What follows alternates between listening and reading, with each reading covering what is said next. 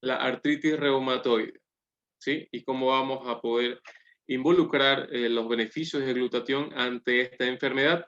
Vamos a ver algo de conceptos, vamos a ver algo de etiopatogenia, es decir, cómo funciona esta enfermedad, cómo llega a los pacientes y qué es lo que hacen cada uno de ellos.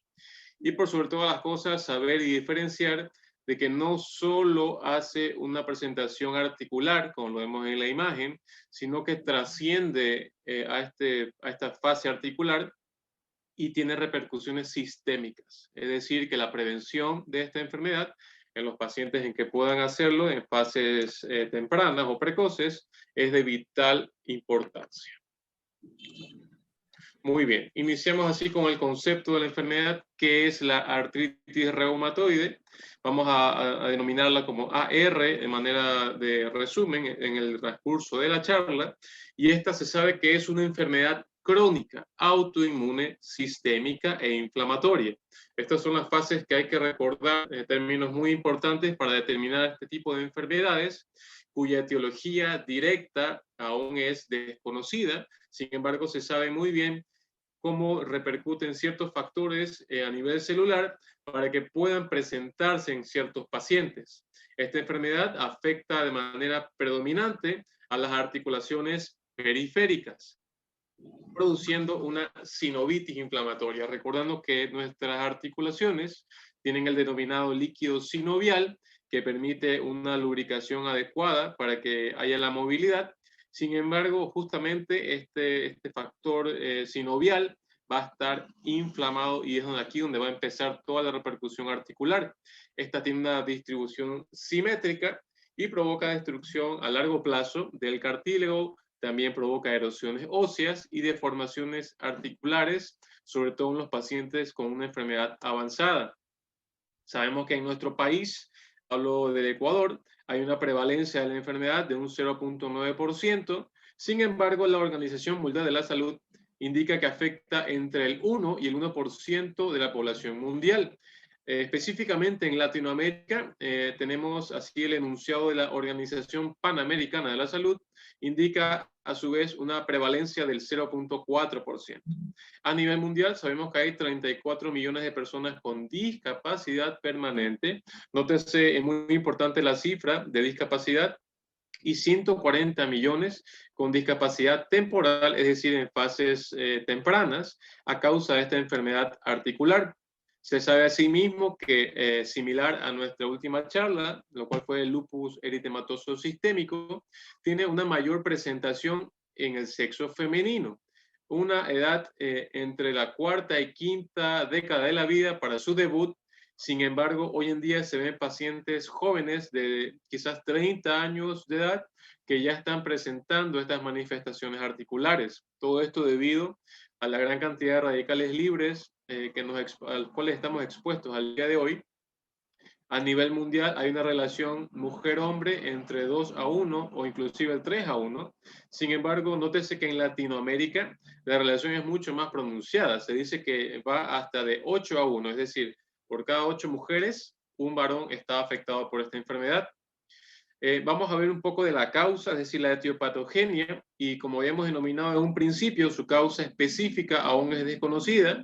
Sin embargo, la teoría más aceptada al día de hoy es de que algún tipo de agente infeccioso, o inclusive quizás el mismo estrés oxidativo, haga un efecto sobre ciertos individuos que están genéticamente predispuestos a padecer esta enfermedad.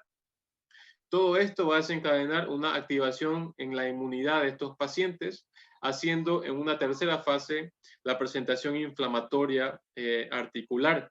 Hay una mayor prevalencia entre familiares de primer grado, entre pacientes homocigotos en un 20% de concordancia, y en estos pacientes se sabe que el antígeno leucocitario humano en su fase de R4 está asociado a la enfermedad hasta en un 70%. En otras razas se encuentran otros haplotipos como el DR1, 9 o 10, e inclusive ciertos alelos del HLA, como el 2, 3, 5 y 7, se sabe que tienen un efecto contrario a la enfermedad. Es decir, no lo van a predisponer, sino que van a evitar que el paciente la padezca. Les he traído entonces así este resumen de cómo se presenta esta enfermedad en su fase de la etiopatología. Como les había dicho, algunos tipos de agentes infecciosos desconocidos, o inclusive, como lo habíamos denominado al mismo, estrés oxidativo y los radicales libres y las especies reactivas de oxígeno, pueden hacer una acción directa en los pacientes que están con una predisposición genética, haciendo que se presente a su vez la reacción inflamatoria celular en estos pacientes, haciendo que por sobre todas las cosas, a nivel de las células plasmáticas, los linfocitos T vayan a empezar a secretar ciertas sustancias conocidas como las citoquinas, específicamente, y una de las que más se encuentra en estos pacientes a nivel de líquido sinovial es el interferón gamma. Sabemos asimismo que el factor de necrosis tumoral se ve muy aumentado en estos pacientes y es así como se empiezan a producir una serie de citoquinas que van a hacer una inflamación a nivel articular de estos pacientes. Se encuentra asimismo en mayor proporción los linfocitos CD4 en mayor número que los CD8 y también encontramos ciertos monocitos. También sabemos que estos pacientes a nivel articular van a formar cierto tipo de tejido de granulación, es decir, el tejido que se forma después de haber sufrido una injuria inflamatoria y por activación de fibroblastos a nivel de la membrana sinovial, vamos a encontrar el panus, ¿sí? Esto es una gráfica, les tengo más adelante para hablar en detalle de esto, con una hiperplasia de esta membrana celular sinovial, la cual va a ser el progreso de esta membrana hacia la parte periférica, va a hacer que esta movilidad articular cada vez sea menor, haciendo en estos pacientes, por último, manifestaciones generales por estas citoquinas secretadas por los macrófagos y una destrucción articular y también ósea por las citoquinas en demasía que se encuentran en esta membrana sinovial. Encontramos así, a breves rasgos, una gráfica que nos demuestra cómo está una fase articular normal de un paciente, ¿sí? Esto es una articulación falángica, es decir, de los dedos, interfalángica, y vemos cómo está en color celeste toda la carilla articular de la porción superior, y de la porción inferior tenemos la otra carilla articular. Vemos así en color un poco rosado lo que es la membrana sinovial y por fuera la cápsula articular. Esto sería un paciente que no tiene ningún problema, cuya función articular es normal, pero como habíamos dicho, es justamente la membrana sinovial la que va a ser afectada. Y vemos entonces cómo a largo plazo estos pacientes van a tener la membrana sinovial inflamada. Nótese la diferencia entre el otro lado, que sería otro tipo de enfermedad, que la veremos en otra ocasión, que es el desgaste por roce de la articulación, muy diferente a lo que sería la artritis reumatoide, en que la membrana sinovial va a estar inflamatoria y la otra no lo está. Sin embargo, el desgaste articular se presenta en ambos pacientes, pero de manera distinta, ¿sí? Vemos así el desgaste del cartílago en el paciente con artritis reumatoide, con esas prolongaciones de la membrana sinovial que van a hacer destrucción y la anquilosis final, es decir, la fusión de las dos carillas articulares, haciendo que su movilidad sea totalmente limitada. Así vemos también en otra gráfica al lado derecho, como un paciente que tiene una articulación normal, sana, otro paciente con osteoartritis, que es el término correcto en la actualidad, que es el paciente que tiene un desgaste de la articulación. Nótese que su membrana sinovial está deforme, está desgastada, pero en pacientes con artritis reumatoide, la membrana sinovial es la que está totalmente inflamatoria y es la que va a hacer que haya un desgaste de las carillas articulares. Y finalmente, si observamos en detalle, la fase articular, las carillas están casi que ausentes, haciendo que haya una fusión de ambos huesos. Entonces, ese sería el resumen de cómo se forma, cómo se produce en su fase inicial y tardía la artritis reumatoide. Sabemos también que estos pacientes tienen una anatomía patológica muy particular, es decir, cómo se ve la enfermedad ante el microscopio. Sabemos que hay un aumento de células de revestimiento, inflamación perivascular por células mononucleares. A nivel de la membrana sinovial, esta se encuentra edematosa y sobresale en la cavidad articular con proyecciones hacia la periferia. Esto se denomina como panus sinovial. Recordando que este panus está formado por tejido de granulación, por fibroblastos y células mononucleares, los cuales producen cada vez más, mientras más panus exista, va a haber mayor producción de cantidad de enzimas de degradación que hacen el daño articular. Sabemos también que existen ciertas fases de presentación de la enfermedad, es decir, no inicialmente vamos a tener la anquilosis o la fusión de la articulación, sino que vamos a tener 3 fases clásicas en estos pacientes, siendo la número 1 la fase de inflamación sinovial y perisinovial, teniendo así el aumento de las células de revestimiento con la inflamación perivascular por las células mononucleares. Y por segunda fase tenemos a la proliferación o desarrollo del denominado panus, que esta membrana sinovial aparece edematosa, como ya habíamos mencionado hace un momento, y es así como este panus va a secretar cada vez más sustancias que van a destruir nuestro cartílago articular. Y por último, los pacientes en fase avanzada, los pacientes que ya tienen muchos años con la enfermedad o ha sido mal manejada, tienen la fibrosis o la anquilosis articular, es decir, que las células infiltradas van a hacer un daño tal a través de los linfocitos T que ya, como vimos en la gráfica anterior, la caries articular va a ser casi inexistente, la inflamación de la membrana sinovial va a ser muy llamativa, haciendo que estos pacientes tengan dolor, inflamación y aumento de volumen en las carillas articulares, haciendo que, como vemos aquí muy descriptivamente, las células T que secretan citoquinas también van a llamar mayor cantidad de macrófagos a nivel local, es decir, a nivel articular, produciendo mayor cantidad de citoquinas, mayores las que había en un inicio, y por ende va a haber una especie de tormenta de citoquinas, como por así decirlo, justamente en la articulación que está inflamatoria o enferma,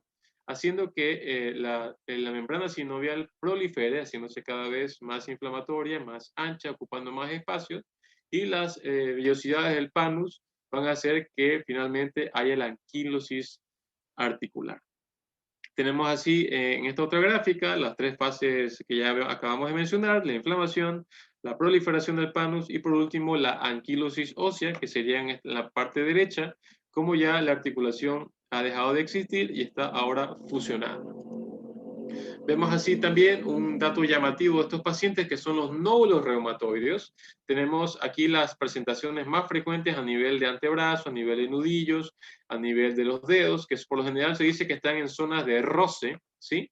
Y vemos aquí el corte histológico muy característico de estos pacientes, los cuales tienen una zona central necrótica, es decir, la necrosis, la destrucción del tejido, una zona intermedia con proliferación de macrófagos, ¿sí?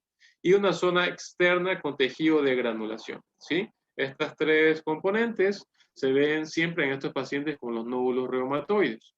Tenemos así que estos pacientes en fases iniciales, antes de inclusive tener dolor articular, puede que tengan síntomas inespecíficos, es decir, astenia, quizás fatiga crónica, anorexia, dolor muscular difuso, indiferenciado, que finalmente van a dar una presentación articular, ya sea en una articulación o en varias articulaciones.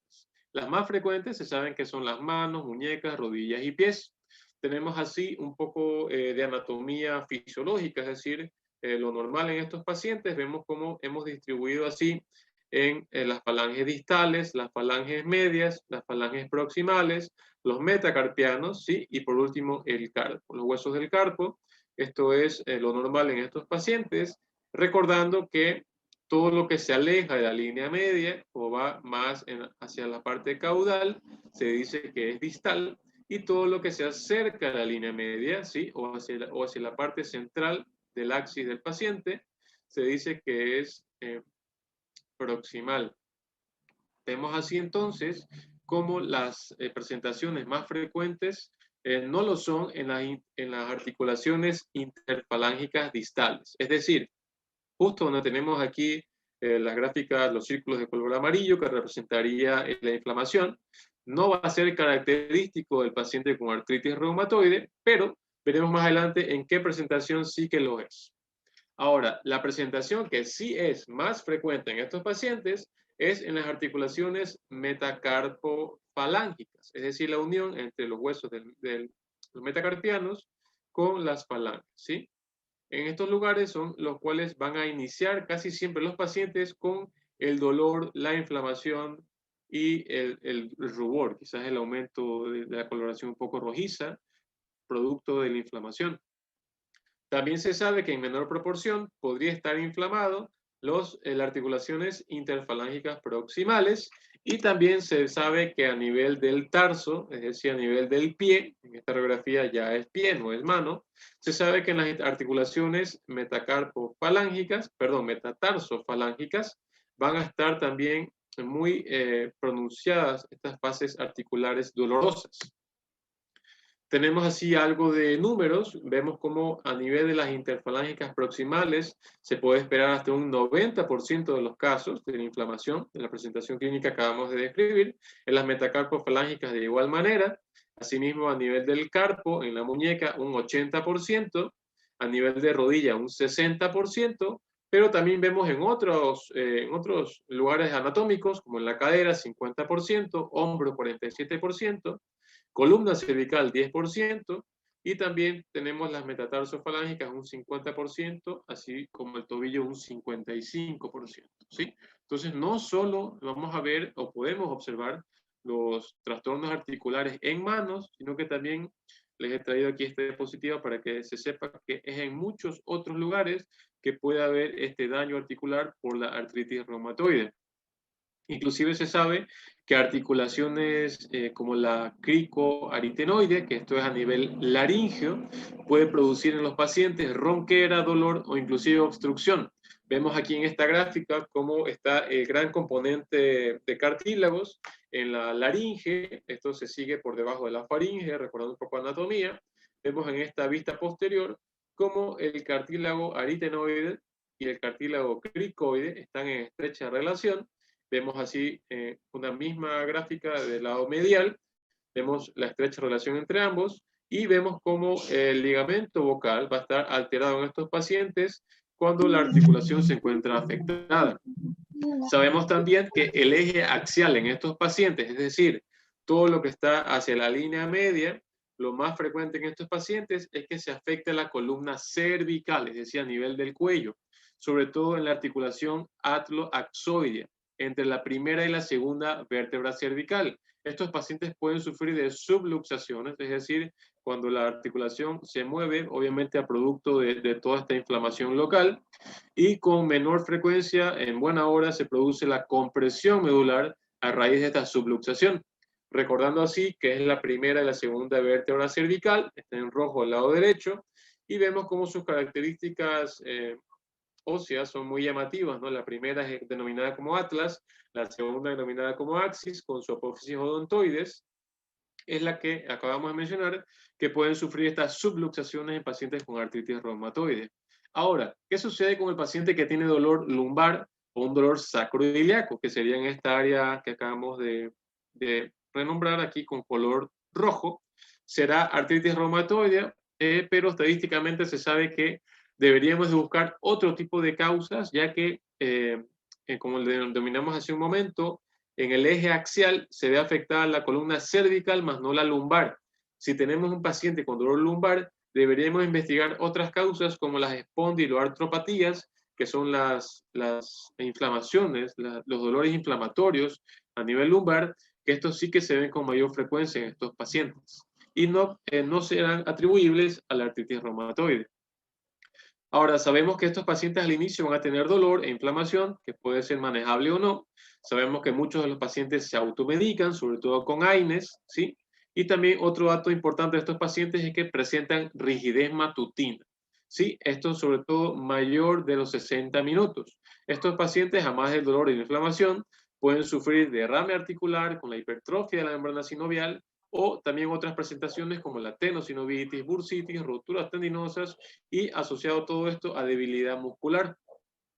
Sabemos que también existe la famosa desviación en ráfaga cubital, es decir, en estos pacientes con una enfermedad avanzada. Nótese cómo la desviación, la dirección de los dedos va a ser hacia el lado cubital, es decir, dirigidos hacia el cúbito, que siempre es hacia la parte más externa, ¿sí? Hacia afuera, como lo denominamos aquí con estas flechas de color celeste.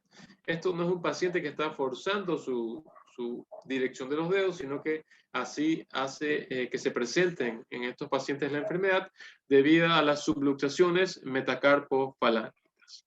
Tenemos asimismo a la presentación en dedo de martillo, que está en la parte más inferior de la gráfica en el lado derecho. Vemos como la parte inferior falángica está péndula, ¿sí? Esto no es forzado por un paciente, inclusive si uno que no padece la enfermedad intenta hacerlo, va a ser un poco difícil o casi imposible que llegue a presentar esta forma de flexión, ya que esto es debido a las presentaciones clásicas de la deformidad por las artritis reumatoides. Vemos por otro lado a la deformidad del pulgar, perdón. Vemos cómo se hace una hiperextensión metacarpofalángica y una flexión sostenida de la interfalángica, produciendo el denominado pulgar en Z o deformidad en Z. Por otro lado, tenemos a nivel de rodilla el famoso quiste de Baker. Este puede ser producido tanto por la artritis reumatoide como por algún tipo de desgarro mayor articular, en el cual se va a producir un exceso de líquido sinovial o lubricante, como para que se entienda, haciendo que haya esta prolongación hacia atrás, por lo cual el paciente va a presenciar, va a ser notorio a la palpación, una especie de masa que es dolorosa, y obviamente esto se debe analizar en detalle para determinar que sea un quiste de Baker y proceder a un correcto diagnóstico y tratamiento.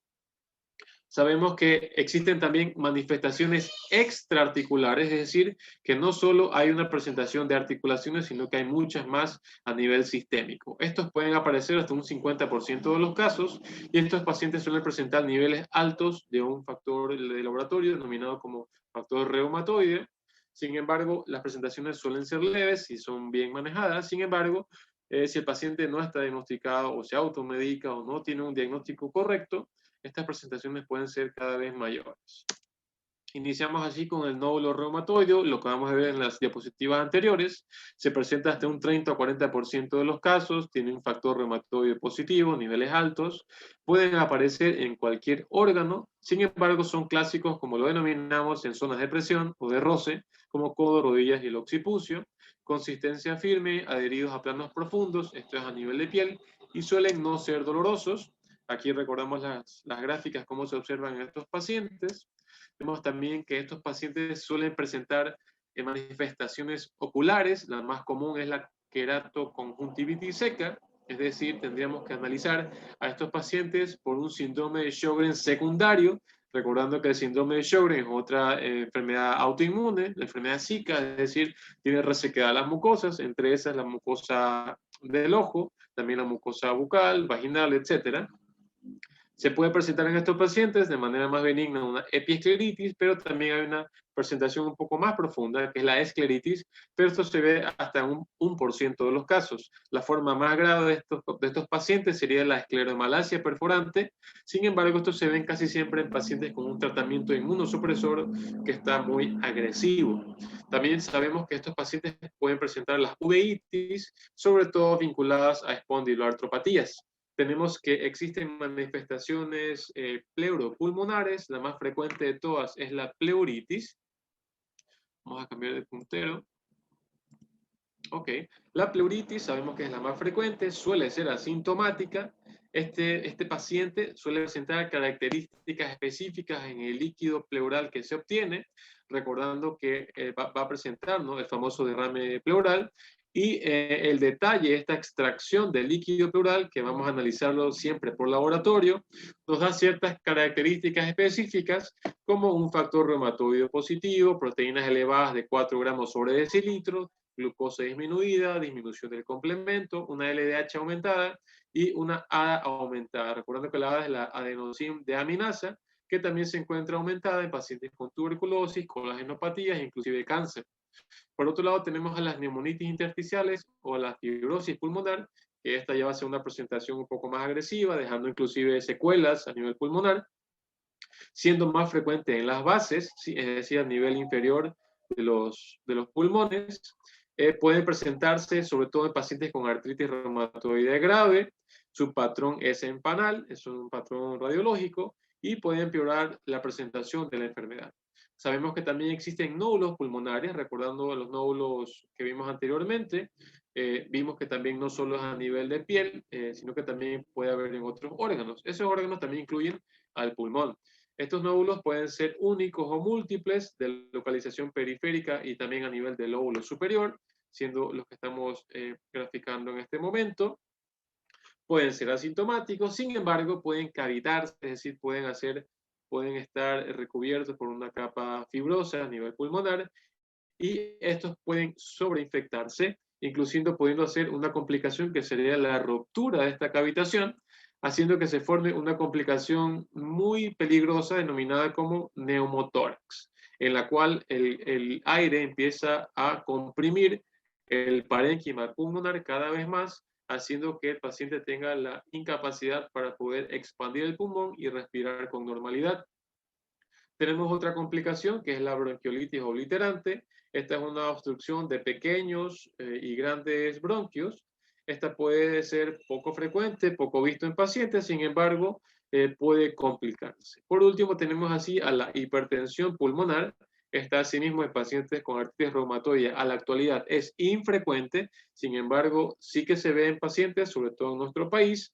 Esta puede empeorar el pronóstico, recordando que la hipertensión pulmonar difiere de la hipertensión arterial normal que conocemos, ya que esta afecta a la arteria pulmonar, que está en azul y la que estamos ahorita moviéndola en el cursor con el láser, recordando que esta arteria pulmonar se relaciona directamente con el corazón derecho, y esta puede hacer que a su vez los vasos que van hacia la parte pulmonar directa puedan obliterarse, puedan bloquearse e inclusive puedan destruirse. Todo esto a causa de la hipertensión pulmonar producida por artritis reumatoide. Asimismo, sabemos que hay vasculitis reumatoides, sobre todo en lesiones digitales aisladas del lecho unguial, es decir, en los dedos, en los pulpejos, cuadros sistémicos afectando al sistema nervioso periférico, produciendo mononeuritis múltiples o polineuropatías a nivel de piel. Sabemos que también pueden presentarse púrpuras, úlceras o inclusive necrosis cutánea, sobre todo en miembros inferiores, y en la parte visceral pueden afectar pulmones, intestino, hígado y vaso. Asimismo, a nivel cardíaco, sabemos que estos pacientes pueden presentar de manera más frecuente pericarditis, suele ser asintomática cuando es leve, pero cuando ya es más pronunciada o en casos severos, inclusive puede producirse una complicación severa denominada como taponamiento cardíaco. Es decir, el pericardio, que es la capa externa que cubre a nuestro corazón, va a llenarse de líquido inflamatorio, y esto obviamente, si no es manejado adecuadamente, todo este líquido va a evitar que el corazón haga su latido normal, ¿sí? Recordemos que el latido es el que envía la sangre a todas nuestras células, y si esto es bloqueado por el líquido del pericardio, es decir, por la pericarditis y su inflamación, va a producirse este taponamiento cardíaco, ¿sí? Esto obviamente se trata directamente en áreas de emergencia. También puede producirse una pericarditis constrictiva crónica, es decir, en los casos que presentan una pericarditis recurrente, endocarditis, es decir, inflamación del endocardio, valvulitis, sobre todo aórtica, es decir, inflamación de la válvula aórtica, y una miocarditis. También existen manifestaciones neurológicas, sobre todo con pacientes que tienen sinovitis inflamatorias, clásico de esta enfermedad, van a hacer una compresión de los nervios periféricos, haciendo también deformidades articulares y dolor crónico. También sabemos que existen presentaciones del síndrome del túnel carpiano, es decir, el nervio mediano va a estar afectado, por la afectación del carpo. Vemos aquí esta gráfica. Esto sería una vista anterior de la muñeca, ¿sí? Vemos aquí cómo está el ligamento que lo cubre. Vemos aquí a nivel, en el color amarillo, pasa por debajo del ligamento. Y nótese cómo está en estrecha relación con los huesos del carpo. Es decir, si recordamos, el carpo también se presenta afectado en la artritis reumatoide. Si la inflamación del carpo es tan pronunciada, es decir, muy severa, nótese cómo el nervio que está en estrecha relación también va a ser afectado, también va a ser, le va a llegar esta inflamación propia del carpo, haciendo que haya una compresión. Al haber esta compresión, vamos a tener los síntomas clásicos del síndrome del túnel carpiano en estos pacientes, y también sabemos que también pueden haber afectación del nervio cubital y el nervio radial. Por otro lado, los pacientes, como lo denominamos hace un momento, los que tienen las subluxaciones de la primera y la segunda vértebra cervical, pueden presentar una mielopatía, es decir, una afectación directa sobre la médula espinal local, es decir, cervical. Manifestaciones óseas, por supuesto que las padecen estos pacientes, pueden presentar osteopenia, recordando que entre la parte fisiopatológica de la enfermedad, los osteoclastos van a estar más en mayor número en estos pacientes, recordando que el osteoclasto va a ser el encargado de destruir el hueso.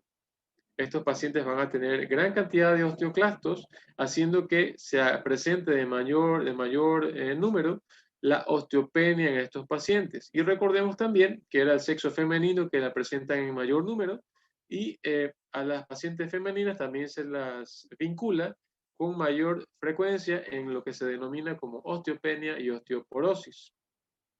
Esta osteoporosis finalmente va a hacer que hayan fracturas en estos pacientes, ya que por dolor articular, si no son bien manejados, van a tender a estar en inmovilidad, y esta inmovilidad también se ve relacionada directamente con la enfermedad que ya vimos en otro momento en estos espacios de salud, denominada como sarcopenia, es decir, la enfermedad clásica de estos pacientes a nivel muscular. Vemos en la gráfica A como el músculo está en correcto funcionamiento, pero en la gráfica B vemos como la grasa ha tomado gran parte de su volumen y el músculo está totalmente atrofiado. Esta es una de las presentaciones clásicas. No se suele hablar mucho en estos pacientes, pero sí que la presentan. Asimismo, sabemos que los pacientes con tratamiento corticoide muy severo pueden producir en mayor demasía esta osteopenia yuxtaarticular. Manifestaciones renales a nivel de riñón en estos pacientes sobre todo se ven secundarias al uso de fármaco AINES, es decir, los medicamentos antiinflamatorios no esteroidales. En nuestro medio clásico es el diclofenaco, el ibuprofeno, y suelen presentar proteinuria, lo cual ya es un signo de mal pronóstico para estos pacientes, que a larga data también se lo debería involucrar o se debería investigar para amiloidosis, que es otra enfermedad distinta. Manifestaciones hepáticas en el hígado también presentan daños en nuestros pacientes con artritis reumatoide, sobre todo con transaminasas elevadas, TGO, TGP, la fosfatasa alcalina, la gamma GT elevadas. Y por otro lado también los fármacos AINES pueden presentar hepatotoxicidad, es decir, un daño celular del hepatocito propio del fármaco, ¿no? Del químico, cuando es tomado por mucho tiempo por estos pacientes, pueden llegar a ser este tipo de hepatotoxicidad. Otros fármacos que sabemos que son altamente tóxicos, pero que se usan en esta enfermedad, es el metotrexate y el leflunomide, que también se los ha vinculado a hepatotoxicidad en estos pacientes. Sin embargo, suelen ser reversibles al suspenderlos o al cambiar de fármaco. Cirrosis biliar primaria, que es otra enfermedad distinta, suele ser vinculada a pacientes con artritis reumatoide. Tenemos otro síndrome característico, en realidad no es muy frecuente, pero es muy llamativo cuando se lo encuentra en estos pacientes. Tiene una tríada clásica, que es decir, la afectación articular de estos pacientes, la neutropenia por laboratorio, es decir, neutrófilos en bajos niveles, y la esplenomegalia, es decir, el aumento de volumen del órgano abdominal conocido como vaso, que está en el hipocondrio izquierdo, opuesto a lo que sería el hígado. También estos pacientes suelen presentar anemia, trombopenia, fiebre, astenia o debilidad, más frecuente en pacientes con artritis reumatoide en larga evolución y marcada actividad de la enfermedad. También estos pacientes suelen presentar nódulos subcutáneos y un factor reumatoide positivo en niveles altos, y suelen presentar complicaciones frecuentes. ¿Por qué la infección?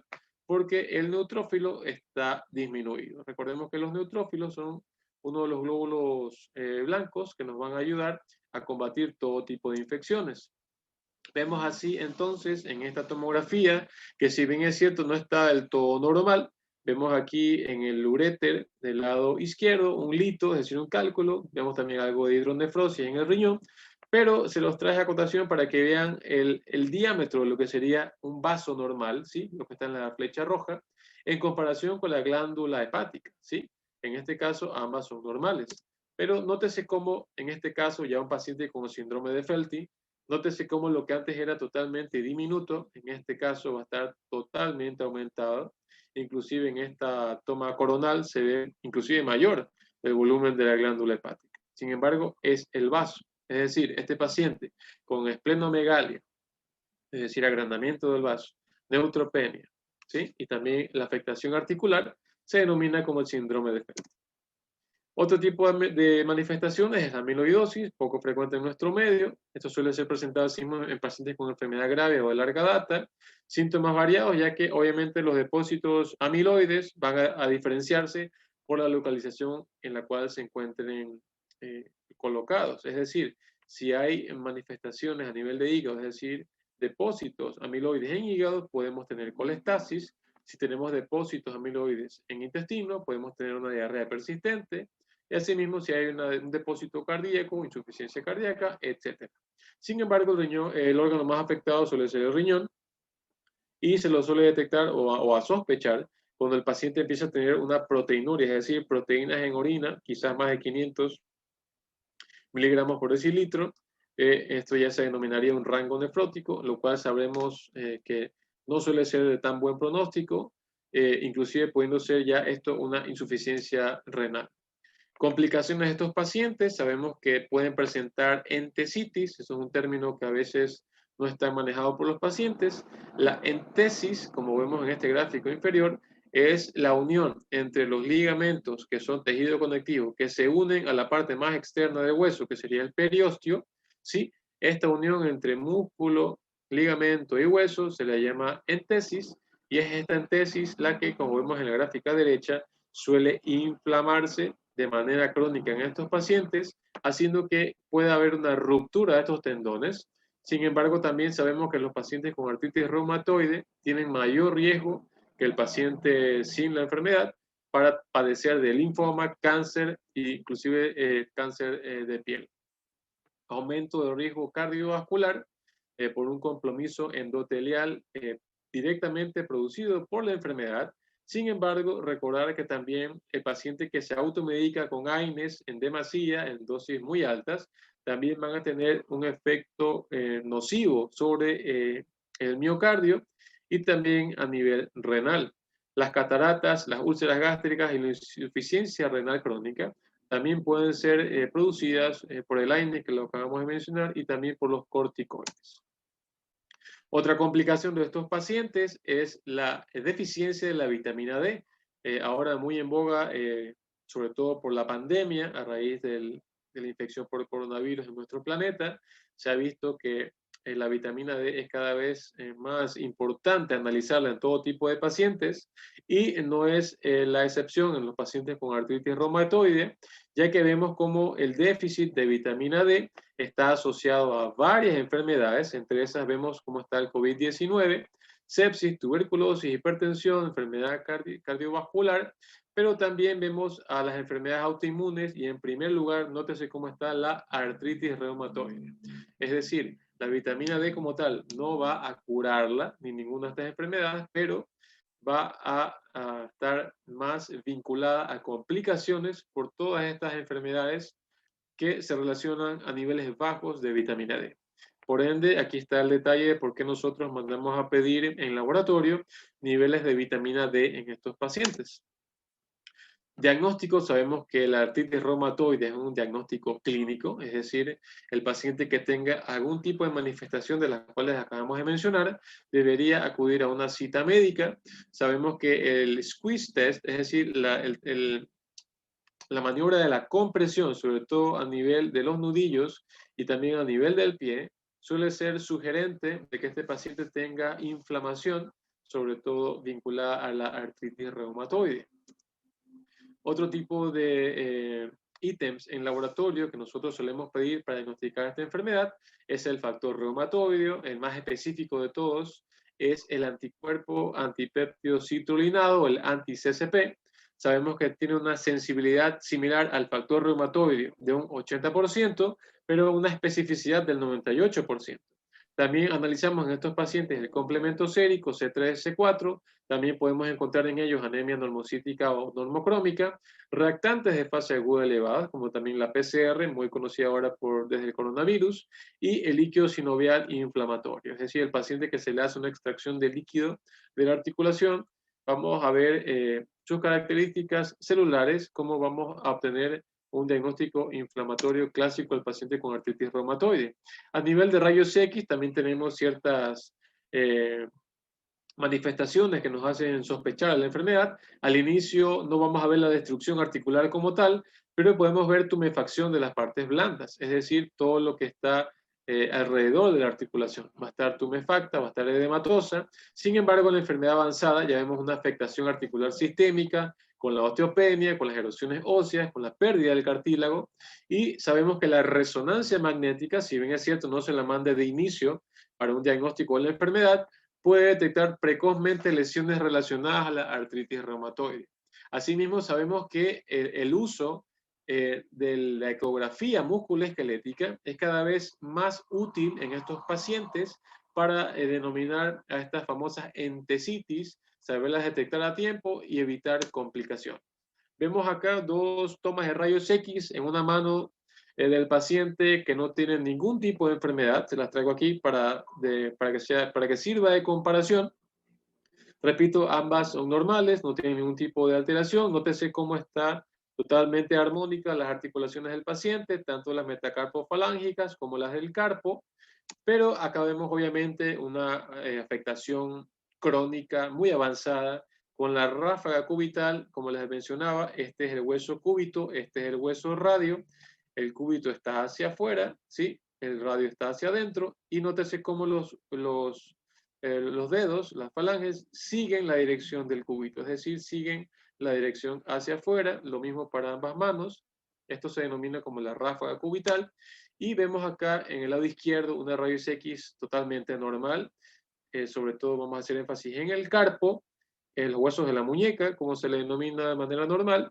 Y nótese cómo el paciente con artritis reumatoide avanzada va a tener una destrucción total de los huesos del carpo. Es muy llamatoria entonces como la destrucción de los huesos, sobre todo por la parte sinovial, va a ser muy llamativa en estos pacientes. Y como les mencioné al inicio, hay una afectación que sí que afecta las articulaciones interfalángicas distales, que son las más lejanas, las que están en la falange más distal de todas, cercana a la uña.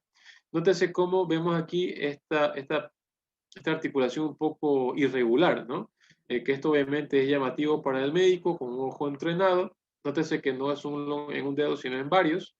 Y esto se ve en pacientes con una presentación denominada como la artritis psoriásica. Es decir, que no solo va a tener una presentación articular de inflamación y de dolor, sino que también va a tener una presentación a nivel de piel con la psoriasis, ¿sí? Entonces, en pacientes que vemos con una placa con afectación interfalángica distal y presentación en piel, el diagnóstico no sería artritis reumatoide, sino artritis psoriásica. Sabemos entonces que estos pacientes presentan patrones erosivos en saco-bocado, y sabemos que existen otras entidades clínicas como la artritis séptica, es decir, la infección de una articulación, conocida como una monoartritis aguda, por lo general viral. Puede también hacernos un daño articular, haciéndonos un poco confundir, quizás si no se tiene todo el conocimiento del caso, con una artritis reumática. Sabemos que también existe la artritis gotosa tofacia, es decir, los tofos, las presentaciones de los nódulos blanquecinos por ácido úrico. El acúmulo de estos también van a hacer un aumento de volumen de la articulación. Y la artritis psoriásica, que la acabamos de mencionar. Vemos así una radiografía de un paciente con una artritis séptica de rodilla. Nótese cómo la articulación entre el cóndilo femoral y la tibia va a estar totalmente destruida, esto a raíz de una infección. Vemos acá la artritis gotosa tofacia, vemos los tofos, los acúmulos de ácido úrico en estos pacientes, sobre todo en la articulación interfalángica distal. Y por último, la artritis psoriásica. Vemos asimismo desviaciones o deformaciones por las subluxaciones mencionadas anteriormente, pero también vemos la afectación muy llamativa en este paciente de la piel, haciendo el diagnóstico de artritis psoriásica. Otros diagnósticos asociados a veces suelen confundirse. Fiebre reumática hoy en día casi no se ve debido al uso o inclusive abuso de los antibióticos. La fiebre reumática es causada por una bacteria, no tiene nada que ver con la fisiopatología que vimos hace un momento. Sin embargo, existe la artritis idiopática juvenil, que es clásico de los niños, puede inclusive producir ceguera por una uveitis crónica quizás no diagnosticada. Enfermedad de Still sistémica, asimismo en niños, y también existe la enfermedad de Still en adultos, que es muy, muy rara. Entonces, que está entre 0,4 a 1,6 por cada 100.000 habitantes. Estos son datos estadísticos de España. Ahora, ustedes dirán, ¿cómo sé si tengo la artrosis, que ahora se denomina osteoartritis, por el desgaste, ¿no? O la artritis reumatoide? Se sabe que la rigidez matutina en el paciente con artritis reumatoide es más prolongada, mayor de 30 minutos hasta 1 o 2 horas. Sin embargo, la rigidez matutina en pacientes con la osteoartritis suele durar entre 5 a 10 minutos. Inflamación en osteoartritis no la hay, pero en la artritis reumatoide, como el término lo dice, hay una artritis, una inflamación directa de la articulación. Localización más frecuente para la osteoartritis están las articulaciones interfalángicas distales y la interfalángica proximal. Pero para la artritis reumatoide, como ya lo vimos, están las metacarpofalángicas y las interfalángicas proximales y huesos del carpo.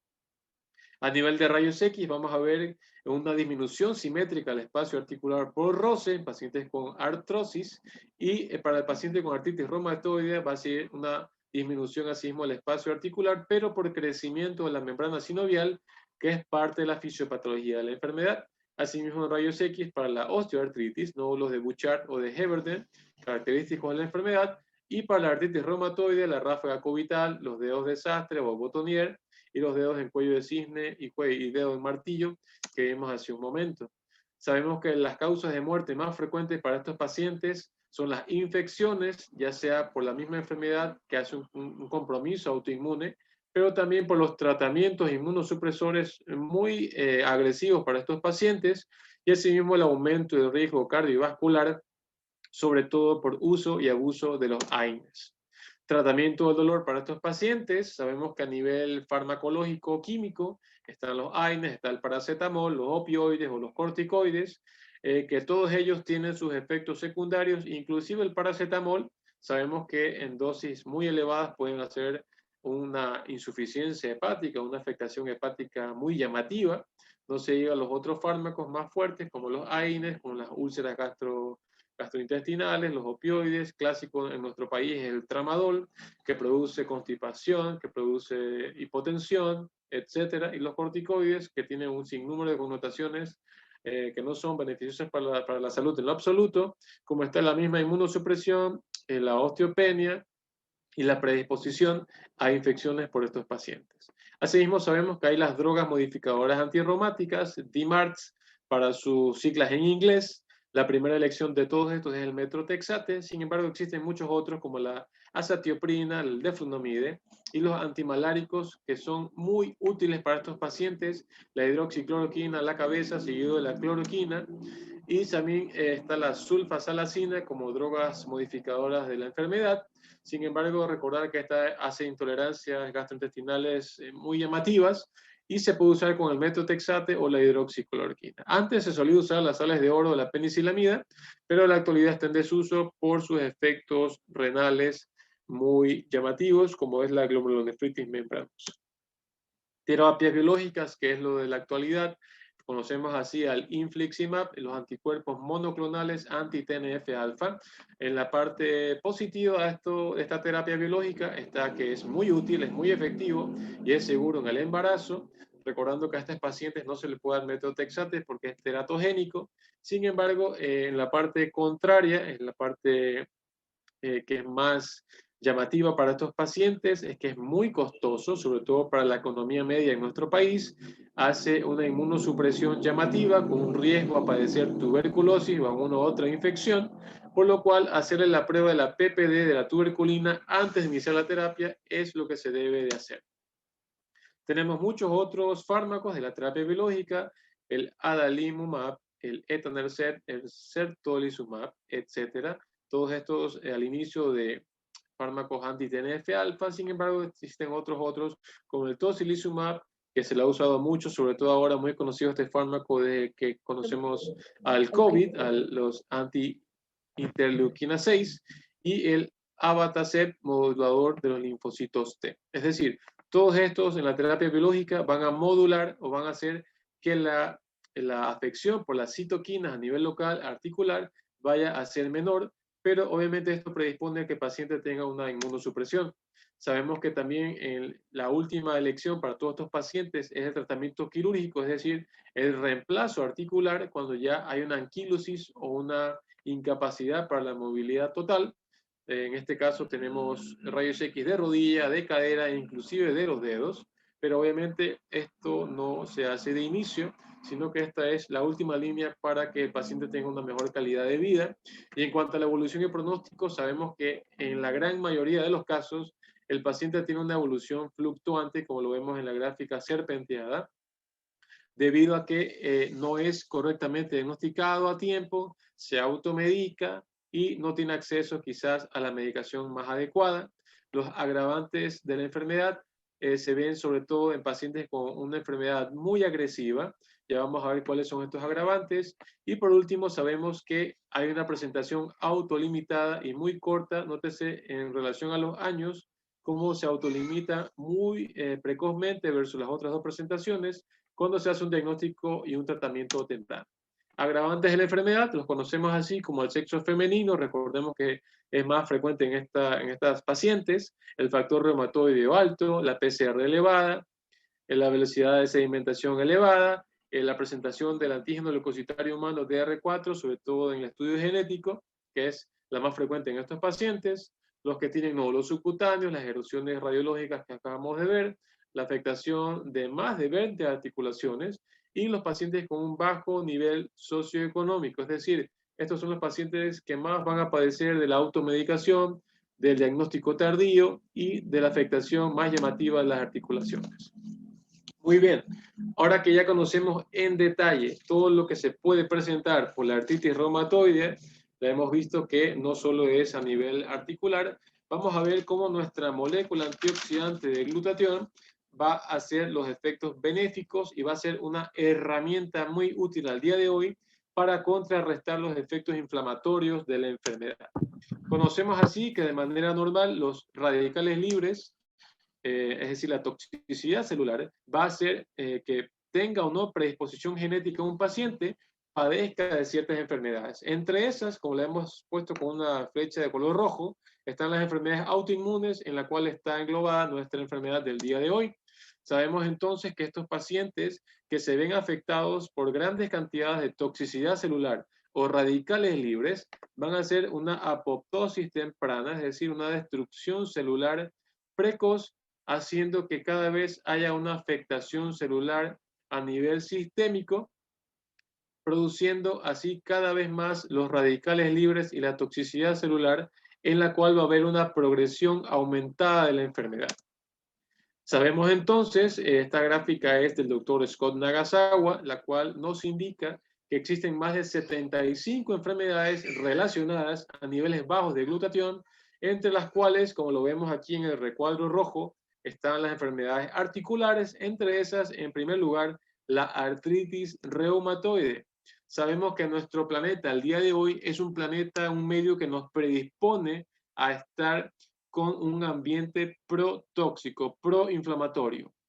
Sabemos que nuestras largas horas laborales al día de hoy sobrepasan las 8, 10, 12 horas, en los médicos es más de 24 horas inclusive, y todo esto hace que tengamos niveles de cortisol elevados. Recordemos que el cortisol es denominada la hormona del estrés. A mayor cantidad de cortisol, el efecto sobre las glándulas suprarrenales va a ser cada vez mayor, haciendo que la inflamación sistémica sea al día de hoy el pan de cada día. Sabemos que a nivel ambiental la contaminación es cada vez mayor, no solo en los países desarrollados, sino también en Latinoamérica.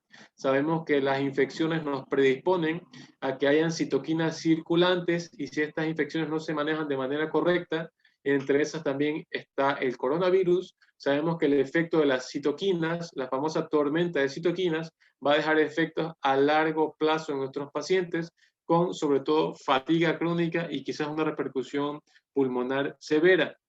Sabemos que el agua en nuestros mares es cada vez más contaminada. Sabemos que los efectos de los rayos ultravioleta son más nocivos al día de hoy por la falla de la capa de ozono de nuestro planeta, el humo del tabaco, el smog de los vehículos, la contaminación de los peces que consumimos, etc. Todo eso va a predisponer que nosotros, ustedes que están del otro lado y yo también, estemos en un medio proinflamatorio, por lo cual necesitamos de la ayuda de los antioxidantes para el día a día. Ahora, recordamos así la fisiopatología de la enfermedad, de la artritis reumatoide, toda la cascada de citoquinas que van a estar relacionadas al aumento de la membrana sinovial, del panus, y cómo este panus, mientras más progrese, va a haber cada vez menor componente articular, haciendo la anquilosis de la articulación afectada. Pero si nosotros hacemos el uso de nuestra molécula de glutatión, recordando que la hemos graficado de manera triangular, ya que son tres componentes básicos que la componen.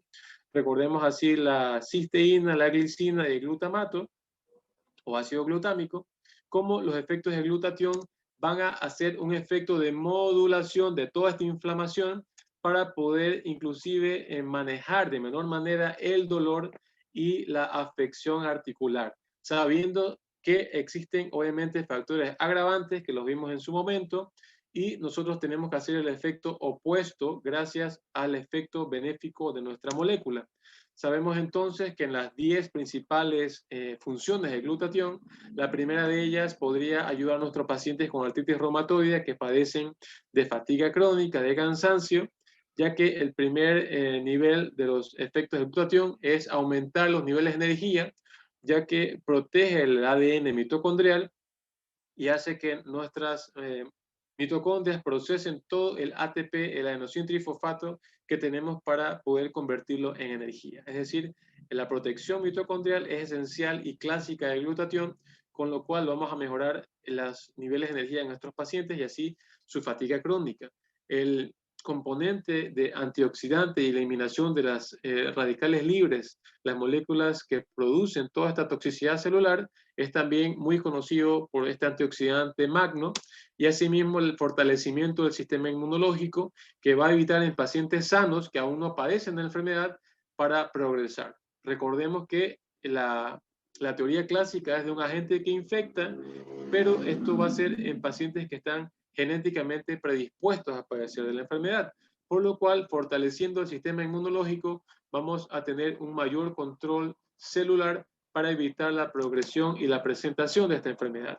Asimismo, sabemos cómo reduce los efectos de estrés oxidativo en estos pacientes, cómo hace una detoxificación de la glándula hepática, recordamos cómo estaba vinculado con la enfermedad y que sí que hay repercusiones hepáticas en estos pacientes, mejora las condiciones de la piel, recordando que también hay afectación directa en la piel, directa por la fisiopatología de la enfermedad, cómo va a ser un reciclaje de los agentes antioxidantes externos como la vitamina C y la vitamina E, gracias al componente sulfidrilo que está relacionado al glutatión, y cómo va a hacer un mejor desempeño musculoesquelético en todos nuestros pacientes. En la recomendación A1 para todos los pacientes, y lo uso yo así en mi consulta privada, es Almax One o riboceína pura. Este no contiene otra cosa que no sea riboceína, recordando que la riboceína va a ser como usted toma el suplemento, perdón, pero una vez que ingresa a nuestro cuerpo y pasa la barrera gástrica, va a producir toda la producción de glutatión que necesitamos. La segunda recomendación de los complementos que tenemos para Max International sería Cellgevity, ya que el Cellgevity tiene, a más de riboceína, selenio y vitamina C, otros coadyuvantes como el Cordyceps sinensis, el resveratrol, el ácido alfa-lipoico, el extracto de aloe vera o el acemanano, que es muy útil para nuestros pacientes, el bioperine, también muy útil como antioxidante para estos pacientes, que nos va a ayudar a modular la inflamación. Pero por sobre todas las cosas, yo en lo personal, es como yo manejo a los pacientes, la asociación entre Max One o Cellgevity con Max GXL es como mejor me ha ido en el manejo del dolor en estos pacientes y cómo ayuda a mejorar la movilidad articular, sobre todo ya que sabemos que no solo presenta la fórmula única de acetilcisteína, sino que está asociado a L-glutamina, a glucosamina, a quercetina, a cardomariano, ¿sí? Ya que toda esta fórmula en sí, que es patentada y única de Max International, va a hacer un efecto benéfico sobre los efectos del glutatión en los pacientes. Sabemos que existen otros dos componentes muy útiles, sobre todo para el paciente con fatiga crónica, Max ATP o Max Enfibros, ¿sí? Todos estos uno los puede asociar para hacer un mejor desarrollo para nuestros pacientes con artritis reumatoide Cada caso es distinto. Recordamos que no estamos incitando a que abandonen sus tratamientos por su médico reumatólogo o su médico de cabecera, sino que le estamos invitando a que conozca los efectos benéficos del glutatión y pueda implementar esta herramienta a su tratamiento. Recordemos cómo el glutatión se obtiene por la asociación entre ácido glutámico y cisteína con su grupo sulfidrilo. Recordemos que es este grupo sulfidrilo que va a hacer que podamos hacer un reciclaje de los antioxidantes exógenos, como lo son vitamina C y vitamina E.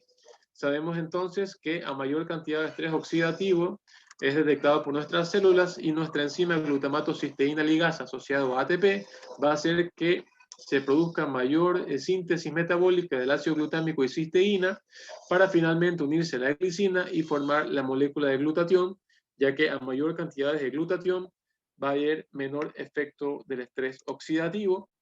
Y sabemos que el factor lábil de todo este engranaje es la cisteína, recordando que no pasa la barrera gástrica, la barrera ácida del estómago, haciendo que si falta la cisteína no vamos a tener nuestra molécula. Sí.